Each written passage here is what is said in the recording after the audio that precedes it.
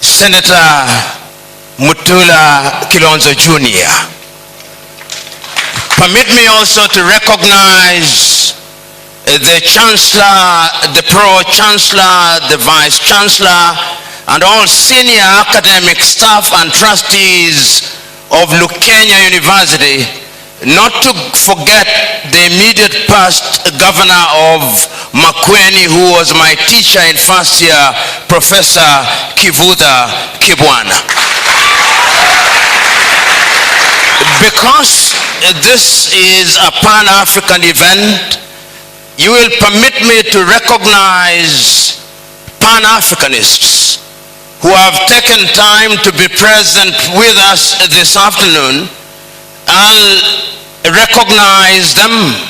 They will rise and wave their hands, if only to demonstrate to those who are here and those who are watching online that this is Africa present in Makwiny. Permit me to start as I do with my good friend and brother, His Excellency, the Ambassador of Antigua and Barbuda himself from Trinidad and Tobago, Ambassador Wallace Williams.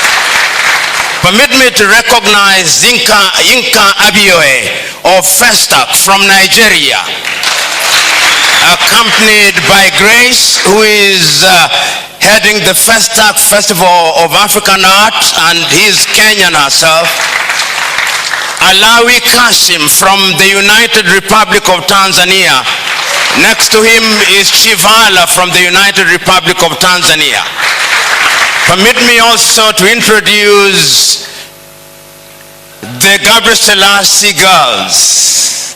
Let's Eden and your sister rise all the way from Ethiopia, to recognize Zakayo all the way from Hargeisa in Somaliland, to recognize Calvin Kaunda, who is from Lusaka in Zambia,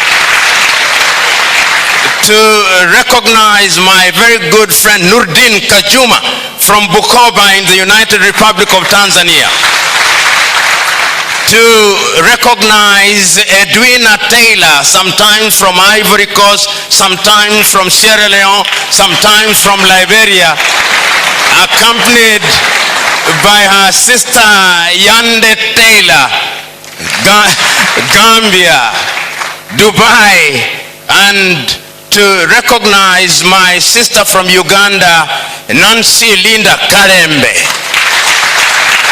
and to recognize from Nigeria and the United Kingdom, Dr. Kofo Basanjo Blackshaw.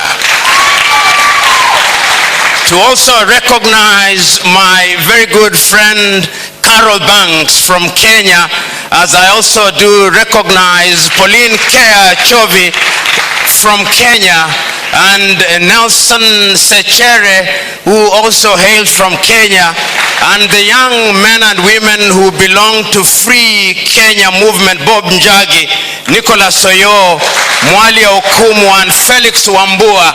All these are young Pan-Africanists who hold the view that in order to grow Africa, we must grow her from a totally different perspective, village by village. And they are here present. My friend Ouma is present in the assembly, and if I do not mention you by name, do recognize that you are appreciated this afternoon.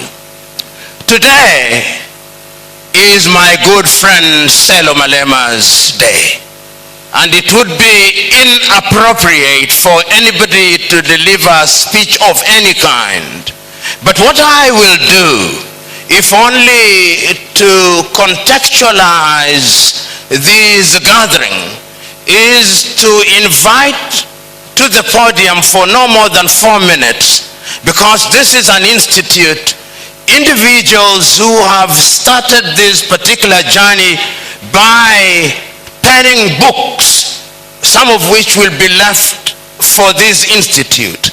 Permit me therefore to invite the three of you to come forth, and you'll speak for 1 minute. Pauline Kea Chovi, who is the writer of Kigogo, which has been a set book for Kenya for the last many years. So you can see Kigogo is known. All these students have read Kigogo. And it is important to note that I have now translated Kigogo into English as the leader. And as I see my friend Ibrahim Sanka is also here, as I also now see Catherine Waweru. And I also invite Kofo Obasanjo. And just for 1 minute, to allow them to speak to their books. Kofo Obasanjo, Dr. Kofo Obasanjo is all the way from Nigeria, and his own father is a great Pan-Africanist, Olusegun Obasanjo.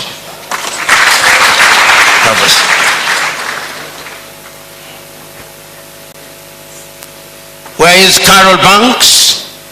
Just for 1 minute, before we go into the crux of the matter, say something about your book. Pauline Care. You.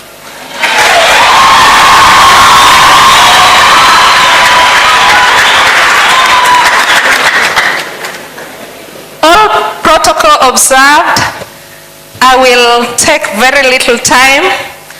I think most, if not all of the students seated here have read Kigogo. Thank you. Kigogo was then translated by Professor P.L.O. Lumumba to the leader, the English version. I hope that you will read the leader too.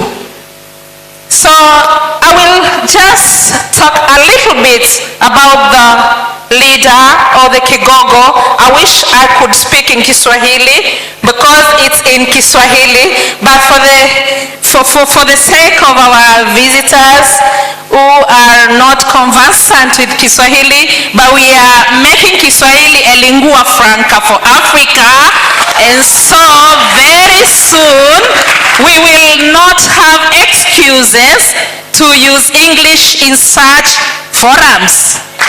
So, Kigogo, or the leader, is about leadership, and leadership for the young people. The majority of you know what I am talking about. I will pick on a character. The young people here know a character called Sudi in the play.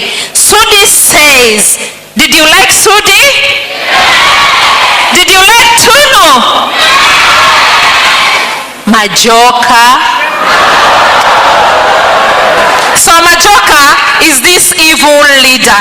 And so Sudi at some point, he's just completed his university course, and is actually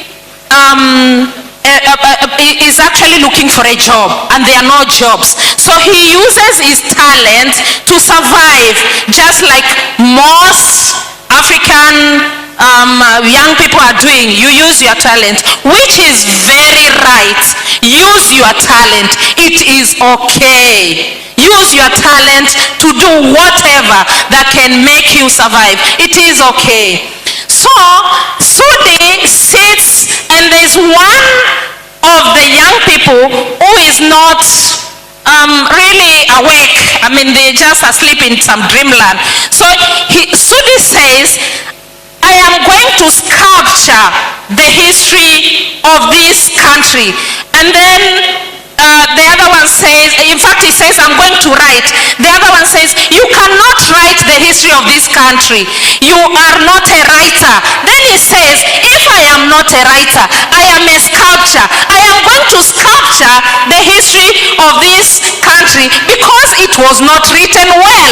So today, I tell you young people, if you are a doctor, you need to do your medical things afresh.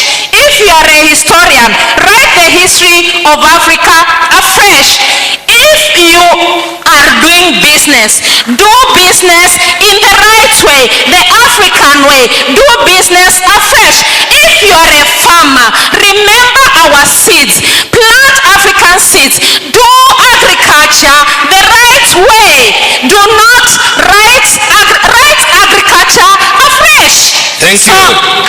so much. Thank you very much. Let me now, for 1 minute, invite Carol Banks, who has written about ethical leadership. 1 minute. When you see me stand, it means you stop. All right, Prof. Thank you very much. Ladies and gentlemen, good afternoon. Hi, Prof. I am privileged and all protocol observed. Private sector people, we mess up a lot of times when it comes to protocol, but I'm very excited to see Mr. Hedda. He may not remember me, but I was a young nurse at the Nairobi hospital where he used to be a surgeon. And I'm very happy to see him because healthcare practitioners rarely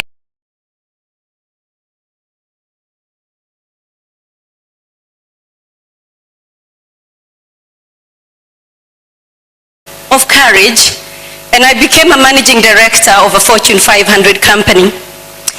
And everywhere I've been to, everybody asks me to tell my story. Top 40 under 40 2019, please, will you tell your story more to show young people that it can be done? And what a beautiful thing you did today, Prof, to have young people in a hall like this where I can actually have the courage to tell them that it can be done. But I wondered if I write my story of how I became a managing director of a Fortune 500 as a Kenyan young woman, how many people will be able to relate with that story? Maybe a few, maybe not too many. But if I coin it in a book that really addresses some of the issues that we are dealing with as Africans in Africa, and showing it that it can be done in the straight and narrow, like the teacher was just saying. I've read Kigogo, so I understand what she was saying, and Kigogo is basically leading ethically. And so I combined my story of where I come from, how I was brought up, the challenges I faced, my nursing career, the people that held my hand, because you should never really forget where you come from. Sorry. What did I say? Where I come from. And so, ladies and gentlemen, ethical leadership, creating a culture of trust and responsibility. Thank you very much, Carol. And I don't want them to reveal too much about the book. You'll not buy it. So the whole idea is that you buy the book. Thank you very much. Let me now invite Domtila Mwanzia, who has written a book, Challenges Faced by Women Head Teachers. Thank you, Prof. Good afternoon, everyone. Thank you. My name is Dr. Domtila Mwanzia. I'm a lecturer at Lukenya University in the School of Education and Social Sciences. I'm the chairperson, Department of Education. I was motivated to write my book, Challenges Faced by Women and Teachers in Public Primary School, because as a younger teacher, I was elevated to the office of David End Teacher in the primary school. And after a few days, the head teacher retired. I was to hold the two offices for almost a year, because those times in 1992, we were not being replaced very fast. I went through many challenges. My governor, I hailed from Galawa, and that time politics was hot, and they were against women leadership. But I thank God I stood firm. I climbed the ladder to headship, where I faced more challenges when I started my education as a diploma in SNE, Bachelor of Education in Special Needs Education, and also I went for Masters in Education Administration. Then most of the people say, then she does suit to be in the primary section. Let her move where she belongs, because she seems to be more educated for our younger children. So with all those challenges I face and other ladies, then I was motivated to write this book. You can read it more when you purchase a copy. Thank you. Thank you very much. And now permit me, before I call the speaker in a short while, to allow two people 1 minute each, Yinka Abioye, for one reason. In 1966 in Dakar in Senegal, there was the Festival of Arts under the auspices of Leopold Sedar Senghor. 40 years later in Nigeria, there was Festac in Lagos, Nigeria, under the patronage of President Olusegun Obasanjo. Next year, there will be Festac in Kisumu from the 20th to the 25th day of May 2022. He is the man who has revived Festac after a hiatus of nearly 40 years in Zanzibar in 2022 and in Arusha in Tanzania in 2023. For 30 seconds only, say your piece. 30 seconds? Everybody, it's a pleasure to be here. I can't talk for 30 seconds. This is a punishment. What I'm going to tell you is this. Like Prof said, 45 years ago, a festival was put together to make all of us come together and know and understand one another. Guess what? We let it die for 45 years. It's back. It's every year going forward. It's Africa Month.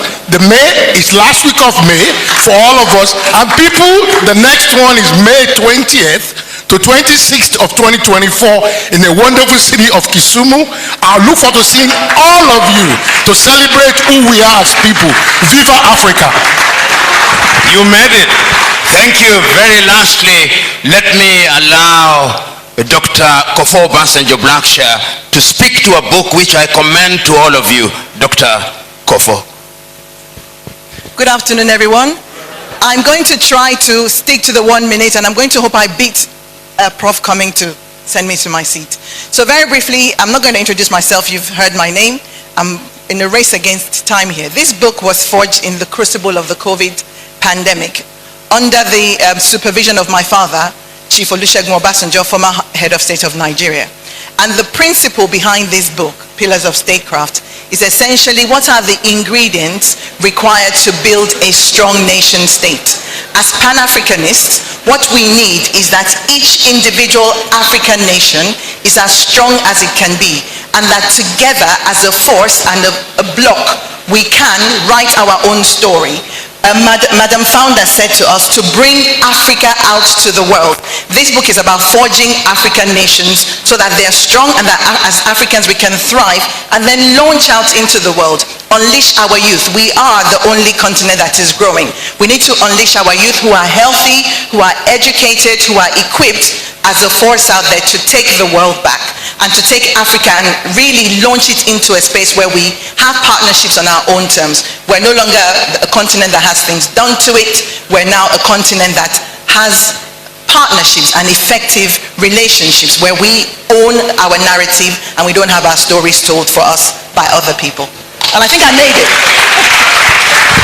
Thank you. The other person who has written a book in absentia is Professor Suki Mwendwa, a book called Sing Your Song. It is a book that I also commend to you. May I now humbly request you to resume your seats. And having done so, may I now have the podium to be brought.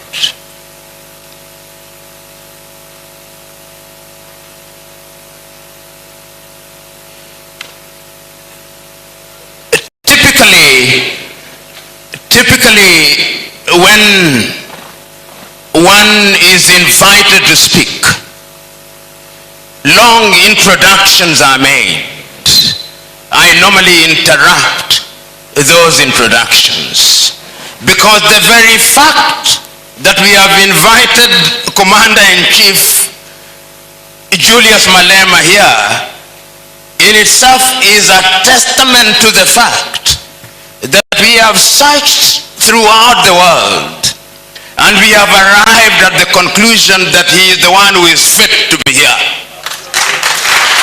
So his very presence in this assembly is a testament to the fact that he is a Pan-Africanist. It is not mine to talk about him. But when we talk about Pan-Africanism today, we are talking about Pan-Africanism in the context of those who preceded us. We are talking about Pan-Africanism reminding ourselves of Sylvester Williams of Trinidad and Tobago, who convened the first Pan-African meeting. We are reminding ourselves of Marcus Garvey. We are reminding ourselves of Pixlika Isaka Seme of South Africa. We are reminding ourselves of W.B. Du Bois. We are reminding ourselves of John Henry Clark. We are reminding ourselves of Malcolm X, of Martin Luther King Jr., of Robert Mangaliso Sobukwe. We are reminding ourselves of Bantu Stephen Biko. We are reminding ourselves of Julius Kambarage Nyerere. We are reminding ourselves of Amilcar Cabral Abel-Jassy. We are reminding ourselves of Ahmed Ben Bella, of Ahmed Sekou Toure, of Samora Moises Machel, of Agostino Neto, and all those great men, Winnie Madikizela Mandela. We are reminding ourselves. And therefore, when we come here on this occasion of the Pan-African Institute, we are reminding ourselves that we have philosophized for too long, moralized for too long, agonized for too long, complained for too long, criticized for too long, critiqued for too long, blamed others for too long. We have allowed ourselves to be defined for too long, and that the time is now to define ourselves.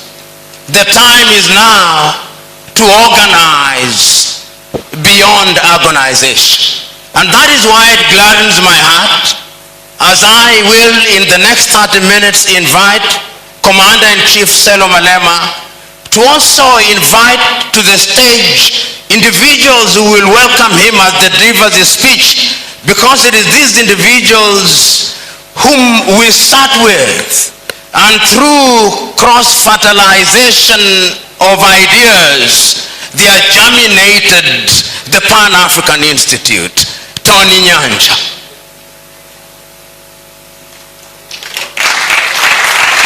Joanne Mwangi Yelbert.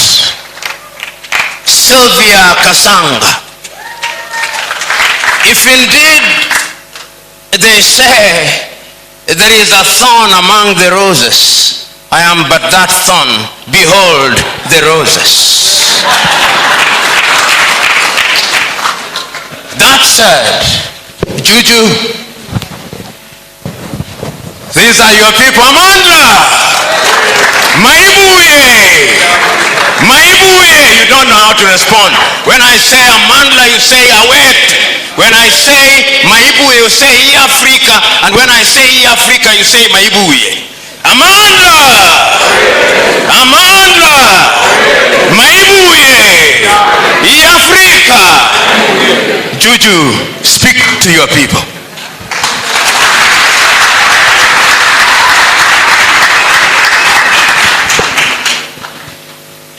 Thank you very much, Program Director. Let me take this opportunity to send revolutionary greetings to the esteemed professor, a friend of mine and a brother, PLO Lumumba. Let me also greet our mother, the founder of this important university, Mama Martha Kasanga Mulwa, and greet your husband wherever he is, that he left us a lasting legacy that we stand to celebrate here today. The leadership and academic staff, our Vice Chancellor, the Chancellor is here, and all the staff members who are here today to celebrate with us. And we also want to send our revolutionary greetings to the leadership of our province, what we call a province, I hear you call it sub-national, the governor, and all these politically elected leaders who are here today. We are really grateful for your presence. Let me also send my greetings to the Lukenya University students and members of the community, members of the media and fellow Africans. Today it feels good to be African. Right here in Kenya, a place we call our home, because all of Africa is our home. No one can ever say to me, welcome to Kenya or Lukenya or Nairobi, as if I'm a visitor. I regard no part of Africa as being foreign to me, because Africa, all of it, belongs to me and I belong to Africa. It is a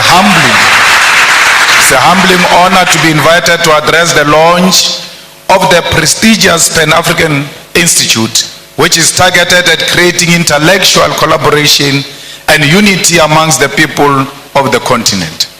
Let us therefore begin by congratulating you on this initiative, which is long overdue in light of the importance of the continent to reclaim its intellectual and academic identity within the global community in general.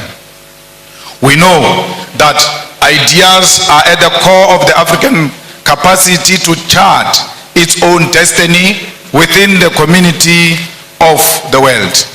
Intellectual sovereignty has to be forged through research and development that is steeped in African experiences, African problems, and African questions. The economics of the African Academy have been part of the modalities of the broad draining of our resources. Because of lack of dedicated funding, many thinkers in the continent are taken in the general brain drain driven by Euro-American institutions. As we have seen over the decades, there is no way Euro-American is going to fund an intellectual project that will see Africa truly become intellectually sovereign. A truly sovereign Africa is a threat to the imperialist establishment that continue to determine the agenda and control of our resources. It is also inspiring to see that our esteemed Prof. Lumumba and those who are joining him in this initiative have chosen our continent and Kenya in particular to establish an intellectual research and knowledge institution. Accordingly, our first duty is to call on sons and daughters of the continent, both based here and in the diaspora, to jealously fund this institute and ensure that it create and charts a unique Africa based on an original thought, because we have a duty to chart our own intellectual path. We are also inspired by the fact that the institute concept of Pan-Africanism include all people of African descent. That is, those in the continent, the Americas, Caribbean islands, Europe, and Asia. This is because wherever they are found, people who look like you and me continue to be treated as an inferior race. When you see a black person, when you see an African person, everywhere else in the continent, in the diaspora, and all over the world, please be kind to African people, for because they are a hated nation. Wherever they are being enslaved, they are being tortured, they are being harassed. No one shows them love. But you, as an African who claim to be a Pan-Africanist, you have a responsibility to show fellow Africans love and care. The violent, genocidal, and catastrophic transatlantic slave trade and colonialism are the historical twin towers that plugged the humanity of Africans into the dark night, which to this day seem to have no end in sight. The image of the African as a black and subhuman was forged through massive and violent enslavement of millions of African people sold in the Americas as properties of white colonial settlers. In the coastal and mainland villages of West Africa, through the gun, the dogs, and the spears, African communities were plundered, captured against their will, and chained like animals. At the ports of Ghana, those chained, naked, and malnourished bodies of men, women, and children were scaled, measured, and sold for gold, silver, or livestock. They were put in those gigantic ships that crossed thousands of kilometers of the massive body of violent and cold waters of the Atlantic Ocean. Millions will not survive the dangerous voyages on sea. They will die of disease, starvation, or pure mental illness. Many will be offloaded alive, thrown into the deep waters to ease navigation during the storms of the violent seas. It is on those cold Atlantic Ocean's waters, deep in the bottom of the ocean, that many carcasses of African people, their bones lay rotten in chains and swallowed by the sea. Those who survived and on arrival in the Americas were forced to work in the different plantations of white men. From the voyage ships to the plantation, the image of an inferior African was being constructed through brutal force.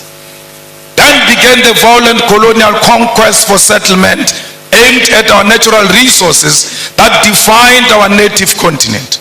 The white man sought to rule Africa and here designed a system of racial segregation, racial humiliation, racial abuse that lasted for many centuries.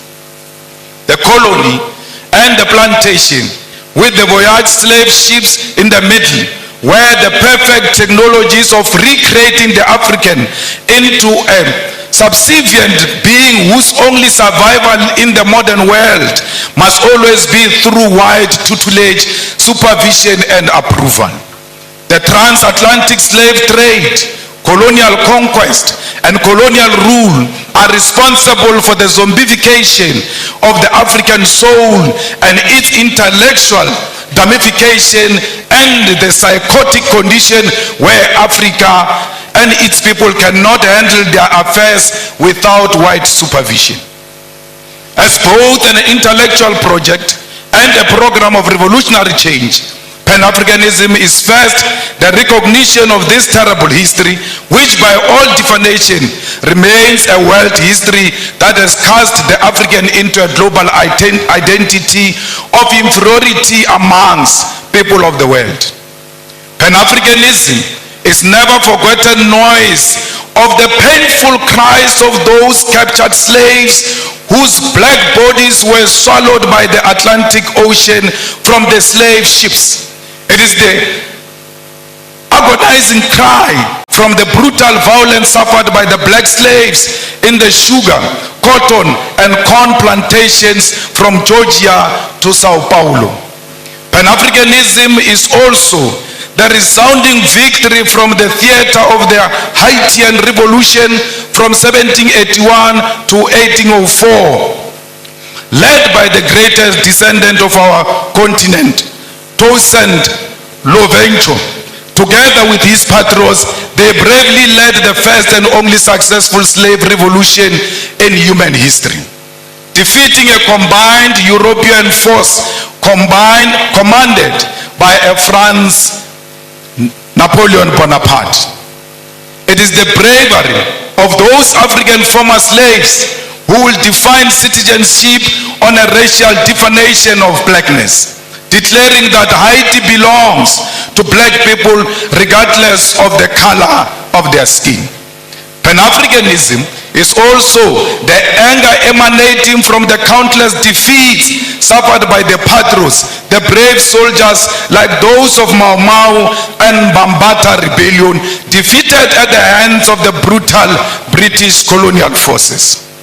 It is the intellectual heritage of Marcus Garvey, W.E. Du Bois, Booker T. Washington, Harriet Tubman, Pixley Isaac Aseme, Charlotte Mateke, Winnie Mandela, Kwame Nkrumah, Sekou Toure, Julius Nyerere, Haile Selassie, CLRA James, Frantz Fanon, Thomas Sankara, and today our own Prof. Lumumba, together with us, must carry the mantle of the African Pan-Africanist core. Pan-Africanism is a set of ideas written in chains with blood, spear, and the unforgiving guns of the sons and daughters from the Algerian Revolution to the Battle of Kutoko-Naval. It is the one-party state of Africa as a whole, as professed by Marcus Garvey. It is Ami Caesarius' negritude, Kwame Nkrumah's African socialism, inclusive because black consciousness, Julius Nyerere, Ujamaa, it is also Mbeki's African Renaissance, all based on forging a unity of African people who are formed by the same history and must seek after common destiny. It is the architectural achievement from the pyramid of Egypt to the cities of Mapungwe. It is the industrial invasion by Garrett Morgan, traffic lights, Frederick Jones, refrigerated trucks, and Alexandra Mars, automatic elevator doors. It is the cultural movement in jazz, R&B, reggae, funk, blues, Kwaito, Juju, Nigeria, Chimorenga, Zimbabwe, Makosa, Cameroon, and Benga, Kenya. It is the novel Things Fall Apart, The Devil on the Cross, Maru, The Trails of Brother Jeru, Songs of Solomon, and Notes of Native Son. It is the artwork of Gerald Sekoto, Chike Anyako, Oche Okeke, Edmonia Lewis, the religious movement of Bishop Lekanyane, Mangu, and Shembe, the Coptics of Egypt and the Ethiopian Orthodox Christians, as well as Islamic denominations from Tunisia, Nigeria, Kenya, all deserve a place in the rich thinking and knowledge about Africa and its people. It is true that Pan-African call has also been prophetic, carrying important cautions that those who conducted the project for the rebirth of the African continent in the post-colonial context have not heeded to. In the pages of Frantz Fanon, Ratchet of the Earth, lays a critique which, since independent in the 1950s to this day, leaders of African people have failed to give programmatic response to this call. First and foremost, the Pan-African call is a call for African unity, not cooperation, collaboration, or coexistence. Many of you confuse the unity of Africa to mean collaboration or cooperation. We don't want to cooperate, we don't want to collaborate, we want to be one, and being one means we must share the same vision and the same direction. Yet many over the past half a century have chosen cooperation which has given way to neo-colonialism. That is to say, for African leaders to continue colonialism without direct rule by colonialists. The launch of the Pan-African Institute right here in Kenya must help us intellectually to shift towards revolutionary Pan-Africanism, contribute to resolving some of the historical mistakes, blunders committed by post-liberation movements. We should state clear here that while the formation of the Organization of African Unity was a step in the right direction, the fact that the founding conference failed to unite the African continent is a historical blunder. President Kwame Nkrumah, Seko Tore, and Emperor Haile Selassie prophetically said that the failure to unite the African continent will give rise to the neo-colonialism and that African continent will perish. The revolutionary Pan-Africanist ideological and political diagnosis of the future was correct. The future is here. 50 years later, we know that we remain visitors in our own continent. We know that our resources benefit Euro-American than our own people. This is despite most African countries gaining independence from colonial rule since 1957. Massive, huge tracts of land, our mineral resources, our animals, our oceans are still owned and controlled by the colonial masters. There are no countries in the entire African continent that have gained full economic emancipation and independence. And this includes Ghana, which was the first to lead the road. Till to date, it can't claim that Africans in Ghana own the means of production. In 2016 report titled The New Colonialism reveals that there are 101 British companies listed on the London Stock Exchange that control an identified 1.5 trillion US dollars worth of resources in Africa in just 5 commodities: oil, gold, diamond, coal, and platinum. This is a very conservative figure since it includes resources listed by only some companies. Many companies do not provide the figures of the resources they control. And majority of these companies that do not tell us what they control and what they own in Africa are found in DRC, because they are the ones who fuel the divisions in DRC, they are the ones who fuel the fight in DRC, and they are stealing the resources of DRC because they know there is no proper accountability for such resources.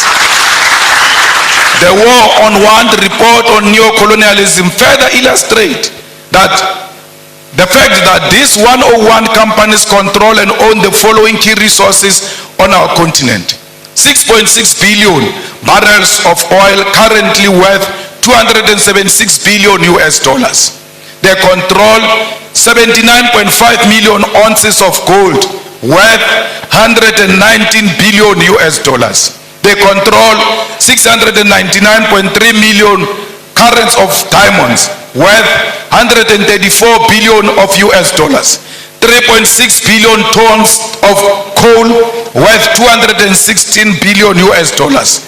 287 million ounces of platinum, worth 305 billion US dollars. These are the numbers that reflect British neocolonialism in the African continent. I've not spoken about what French companies are doing. The Portuguese continue to play a significant role in the economy of Mozambique and Angola.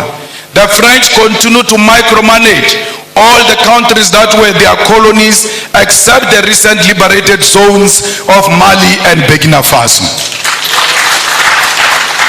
Comrades, the French are brutal to a point that post-colonialism, they still make certain African countries to pay colonial tax to France. The French are brutal because some of their former colonies, their reserve banks are still in France. They are not in control of their own economy, yet they claim to have an independence. We, as progressive Pan-Africanists, must fully associate with and support all revolutionary actions of fighters who are removing puppets of French imperialism from political office and power. Not all these actions are revolutionary, because we must be careful of French-sponsored coups in Africa, where we think there is a revolution taking place in Guinea-Conakry, only to find that there is a French puppet who seeks to replace those who were there before. There is nothing revolutionary about the Guinea-Conakry coup. We ought to separate that there can never be a revolutionary coup that reinforces French imperialism on African soil. Anyone who comes into political office under the pretense that they are fighting a French puppet while knowing they are the French puppet themselves must be isolated by progressive Pan-Africanists. All French soldiers and military must leave the African continent, and this also should apply to neo-colonial military bases, including the African Command Center of the USA. We don't want the army of America, we don't want the army of France here, we don't want the army of anyone. We want African army on African soil. The Pan-Africanist Institute should therefore provide ideological, political, and technical weapons to all progressive forces of the African continent to fight against colonialism. There is a political trend that is being accepted by African heads of state and government, where one country convenes all 54 heads of African states and government. The United States of America, France, China, Russia, and United Kingdom convene all 54 heads of states and government for a meeting and they all go following each other like Casey and Jojo as heads of states to listen to one head of state, 51 of them. Sometimes they disrespect them to a point where they put all 54 heads of states of Africa in a school bus to go and listen to one head of state. What happened to these men? Because all of them, majority of them are men. What happened to these fathers who go and bow combined to one man? Even if he's Putin, why would they all follow each other and go and listen to one person? What happened to their dignity and their authority as leadership? They must have leadership qualities to know that Putin is equal to them, that China is equal to their own single country, irrespective of their size, because what matters is sovereignty. And if China recognizes that sovereignty, will respect the president of that sovereign country as an individual. Comrade Kwame Nkrumah noticed this when he said that neocolonialism also means the following: breaking up former large united colonial territories into a number of small non-viable states incapable of independent development. An external directed economic system and political policy, the state being obligated to take the manufactured products of the imperialist power to the exclusion of competing products from elsewhere. Payments towards the cost of running the state to ensure control over government policies, and foreign capital is used for the exploitation rather than the development of less developed regions. Governor, on my way here, we saw how the people here are working the land. We saw that there is no piece of land here that is not being utilized to the benefit of our people.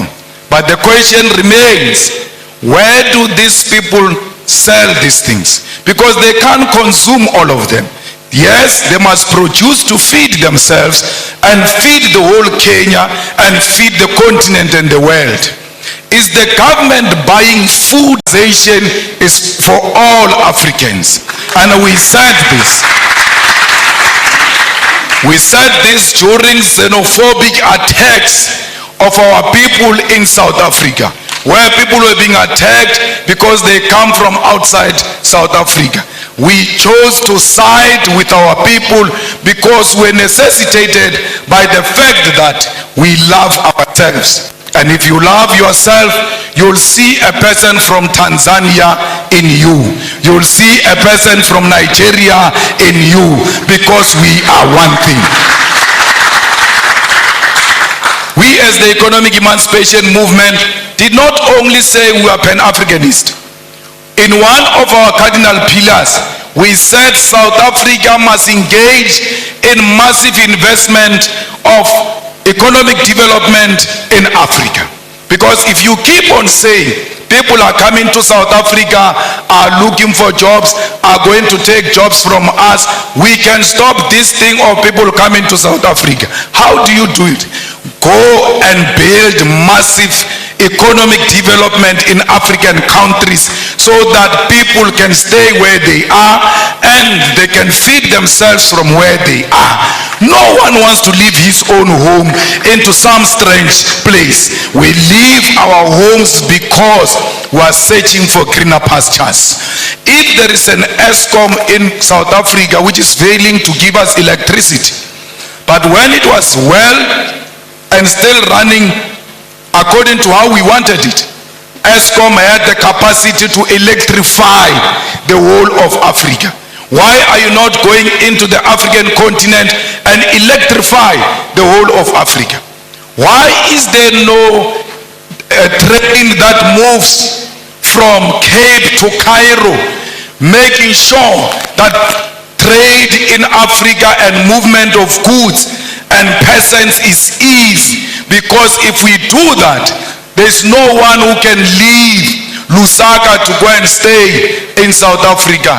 They can get into a train, go and do what they want to do in South Africa, and come back home and develop their own countries. We must make sure that this Africa is linked together.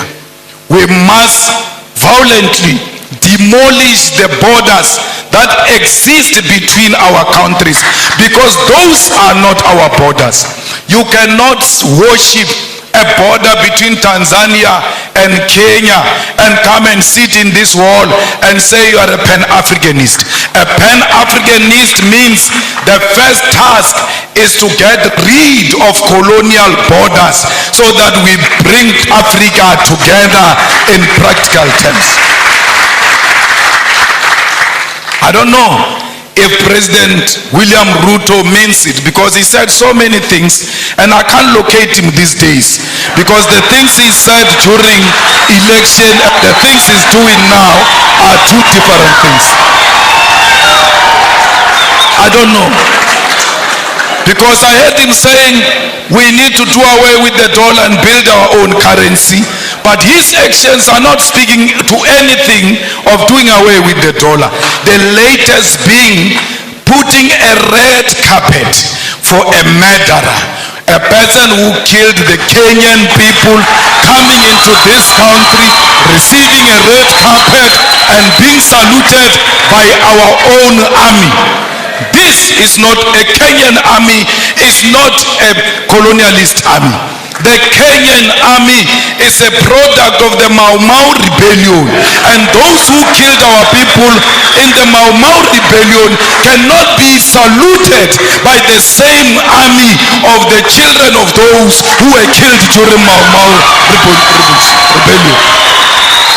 We have a duty to stay true to the cause. We have a duty to remind the King and Britain of what they did to us. Indeed, he shows no remorse. He says this was bad, it shouldn't have happened. But he runs short of, I apologize, I am sorry. He will never say he is sorry, for because he thinks that his race makes him superior and is not qualified to apologize to those who are junior to him. We call upon the Kenyan government to be firm and to decide what they want to be. Do they want to be Pan-Africanist, or do they want to be proponents of neo-colonialism? You can't have it both. Only one call must be made, and that call is of Pan-Africanism. It's not easy being a Pan-Africanist, for because the mindset of our people is so colonized, they are going to isolate you. They are going to look at you as if you are a mad person. They are going to look at you as if you are unreasonable. But it is a cause worth pursuing because of the generation that came before us. We don't want visas. We want one currency for Africa, because our currency can be more powerful than the pound and the dollar combined, because London has got the biggest storage of gold, yet they don't have a single smallest mine of gold. Their economy is based on our minerals, and if we safeguard our minerals and protect them and say out of these minerals we are producing a currency that is going to compete internationally, we stand a good chance.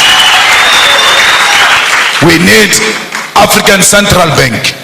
We need African Monetary Zone. We need African military combat, because these pockets of wars that are happening in Africa are not of our own making. They are sponsored wars so that those who continue to steal our resources can do so uninterrupted as we fight ourselves, amongst ourselves. So we need a military, a common defense system the African High Command that will ensure the stability and security of Africa. We equally need a biting African court to deal with dictators who only exist in Africa to feed their friends and families.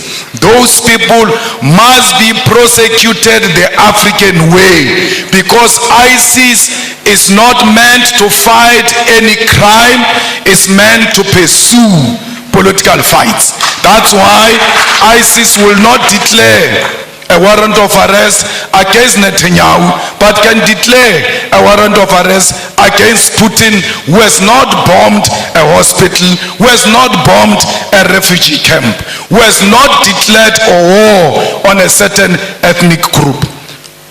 We as Revolutionary Economic Emancipation Movement also associate with what Guinea's President Sekou Touré said in 1963. He said, above all, we must avoid the pitfalls of tribalism. There is tribalism taking place in DRC. All our leaders have taken a platform to support or to be against this one or that one. They've spoken on Palestine. They've spoken on the war between Russia and Ukraine. But I'm still to hear the stand of President William RUTO about the ongoing war that is not covered by anyone in DRC, where people are fighting over territorial expansion and plunder of resources, and blacks are killing other black people, and we pretend that we don't see. It's important as leaders of states and governments to always condemn violence and war, especially if it's barbaric and informed by tribalism and unjustifiable territorial expansions. Before you can speak about other countries, charity begins at home. Let there be peace in DRC. Without peace in DRC, Kenya will never know peace, because these rascals are going to learn from those wars in DRC and want to import them into Kenya. You have a duty to stop them there before they come into Kenya. Comrades, we will make sure the struggle of all immigrants, most of whom are economic migrants and asylum seekers in South Africa. We will never. In South Africa, they say to us, if you want to be elected, you must declare war on illegal immigrants. And illegal immigrants, they mean Africans. We have refused as the EFF that we will never declare war on any immigrant, illegal or legal. Illegal according to whose law? Because if you are illegal, you should have violated a certain law. Which African law did these people violate when they came to this side of Africa? Because they are still in the same territory of Africa. They are at home when they are in South Africa. We wish to tell them we're going to elections next year in South Africa. We wish to reiterate that, and we tell them all the time, if they want to elect us on the basis of xenophobia, they can keep their votes. We are not disparate for votes. We are disparate for the unity of Africa, and that's what we want to achieve in our lifetime. Remove the visas as an immediate step, and I heard Kenya is going to do that by December. Perhaps I must come back here in December unannounced, so to test if indeed President William RUTO means exactly what he said when he said there won't be visas in December. Maybe I must sneak in and test without applying for any visa and just give them the South African passport and say I'm coming home.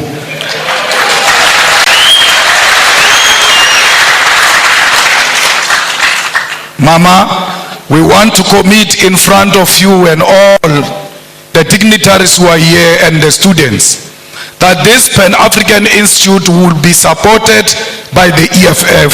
We will ensure that indeed it has got a home in South Africa. We will not only support it verbally, we will put money into it, we will pay the staff members of the institute, we will also pay the offices of the institute, because we believe that we must speak one language as Africa. We will donate the books here at the university to ensure that every African writer has got his or her book in the Pan-Africanist Institute. Let's all spread the gospel. Indeed, it was not a mistake to launch it here in the rural areas, because no one must be left behind. If you can carry on your back the rural communities, you have no any other option to go anywhere except to go to the urban. But if you start from rural, there is no way you can cover the urban. But if you start from the urban, you are going to be reluctant to come to the rural. We are starting here to liberate our people in the rural areas, and we're going to the urban to ensure that everybody hears the message. Tell President RUTO that the people of Palestine are what Mau was. Tell President RUTO that the people of South Africa are what Palestinian people are today. Where our land get encroached, where our land just get taken, and we get killed on our own land, we get tortured on our own land, we get imprisoned on our own land. When we fight, they say we are terrorists. This Nelson Mandela you celebrate, for 27 years he was in prison because he was a terrorist. What crime did he commit which the Palestinians are not committing? His crime was to fight for the liberation of the people of South Africa and the oppressed world all over, including the people of Palestine. It can't be correct that President RUTO, knowing the history of this country and the history of South Africa, comes and tells us that it's with Israelites. Our war is not on Jewish people. Our war is not on pregnant women, Jewish pregnant women. Our war is not on Jewish children. Our war is against a Zionist apartheid state of Israel, and that's what we are fighting. So if he got money from some Jewish person, we are not fighting that funder of his. We are fighting the state of Israel. We are not fighting individuals. We are fighting the state of Israel. At the age of 9 years, the Boers walked into my house and turned everything upside down, stripped my mother naked. When I see what those children of Palestine are going through, I can immediately relate that this is what apartheid looks like. We cannot be Pan-Africanist if we can't associate with the oppressed nation. Our Pan-Africanism is based on the basis that we are an oppressed nation ourselves, and everywhere else where we see an oppressed person, that person is our sister, that person is our mother, that person is our father, because we are not free until the whole world is free from imperialism and colonialism. I don't know if you'll regret inviting me after this. But my problem is that I tell my truth as is, and I say it to authorities without fear or favor. Till today, no one has ever sued me legally successful.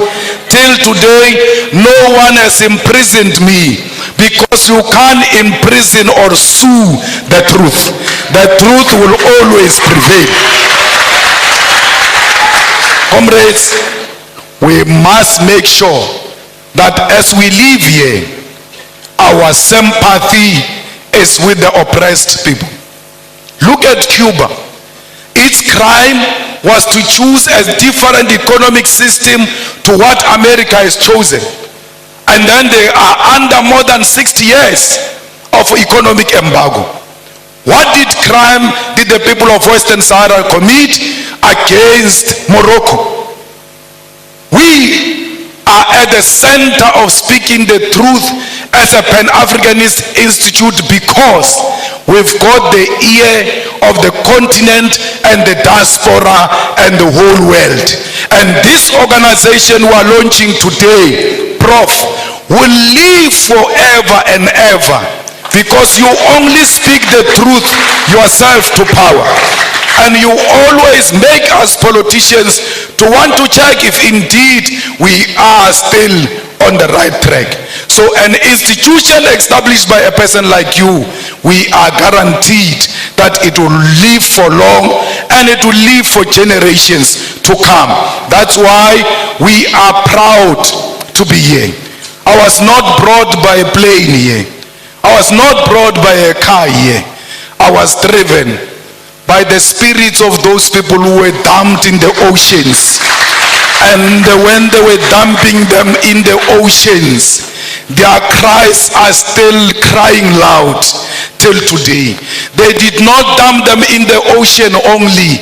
They dumped them chained on their hands and their feet, and they could not fight. When the sharks were eating them in those oceans, they could not fight. Even if you know that today I'm going to die, but it is always good to die fighting. That you must hold the shark even when you know it's going to swallow me. I must die fighting. Those people who died in the ocean said to me, you ought to arrive there. For because what you guys are going to start there is that which is going to seek reparations for us. As you leave this place and going back to your home, remember the people who died in the plantation, beaten, treated like dogs. Remember all of those slaves that asked for help and they never found help. But you must say to them in spirit, the help has arrived. And that help we declare today that will fight the battles of the heroes and heroines of Mau Mau, of Bambata rebellion, of the slaves. This Pan-Africanist Institute must be at the center of demanding reparations for all the suffering Africans have gone through because of colonialism. We must teach our people that we are not beggars. When we ask for reparation, we are not asking for donation. We are asking for what was stolen from us to be returned so that we can prosper and become a better nation. Thank you very much.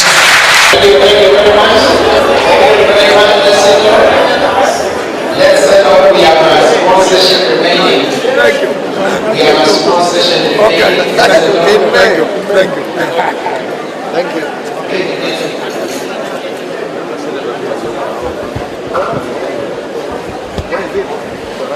Oh.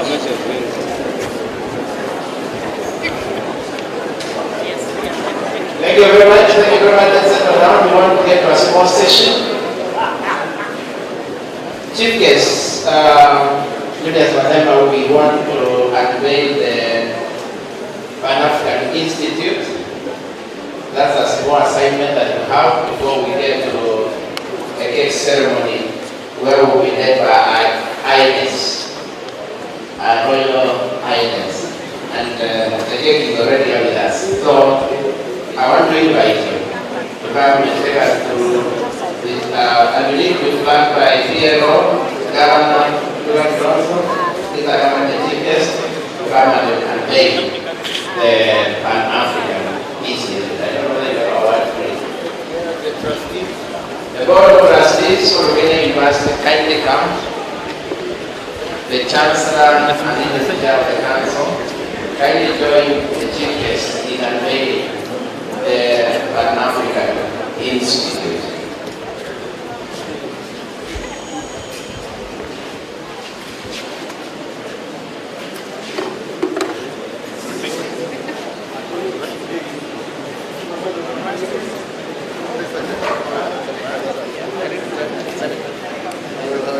Yeah, we also have Senator here with us.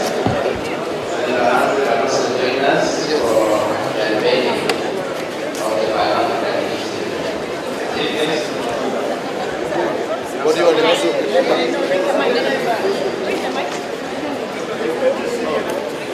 Yeah, thank you very much. We now are at a stage when we formally invite the Commander-in-Chief, Honorable Julius Malema, to declare the Pan-African Institute formally open. Julius. Thank you very much once more, Prof. Gero, Lumumba, and all our guests who are here. Let me take this opportunity, Prof, to invite you to go on the other side and to officially reveal and launch the Pan-African Institute.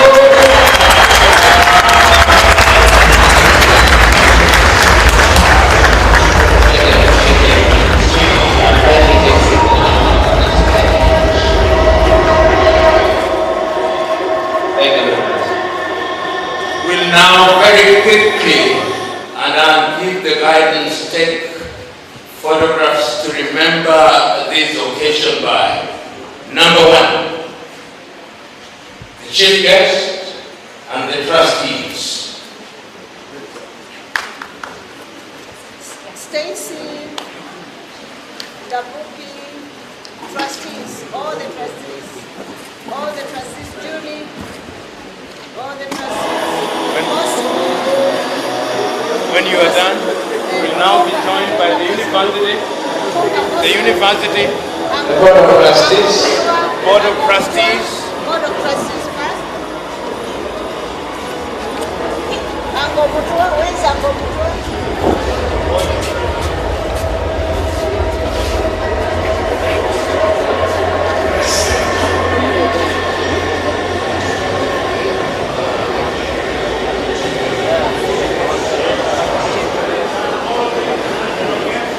all the international guests kindly come after the Board of Trustees.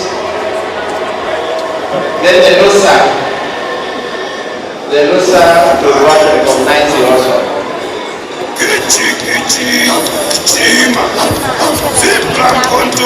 All the international guests kindly join the chief guests.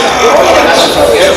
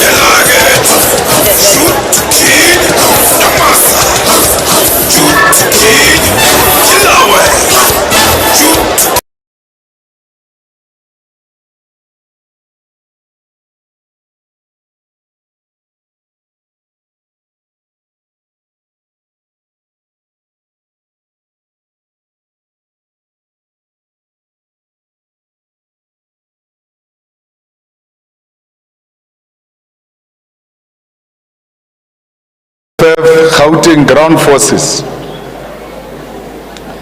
the former national chairperson, and all commissars who are here, members of parliament, members of mayoral committees, the speakers of our councils. This exercise I was engaging you in, it's an exercise that those who were involved in the struggle in the 80s used to sing this song, so I knew Dali will know this chance. Now, I'm making you do this chants that were done in the 80s when O.R. Tambo called on the youth of South Africa to render the apartheid government ungovernable and South Africa unworkable. The youth of South Africa responded with precision and made sure that South Africa becomes a battleground for the total liberation of our people. And because of that, 80s generation, which rendered South Africa ungovernable, 1994 became possible. So you can't say 2024 is your 1994 if you are not in the mood of the 80s before 2024. So you ought to be in the same spirit of the 80s just before 1994.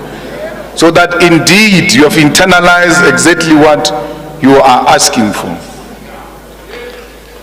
Comrades, who have gathered here as leaders of the EFF in our own right, because the organization has decided that at this level the structures of the EFF must come together to prepare for 2024 elections.